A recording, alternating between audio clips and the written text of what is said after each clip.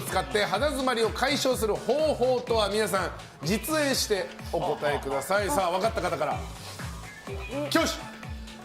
じゃあもうでも答えいいですよ。はい、ゴリさん。答え当てちゃうからまあいいですよ。いいのはいはいこの中にはい。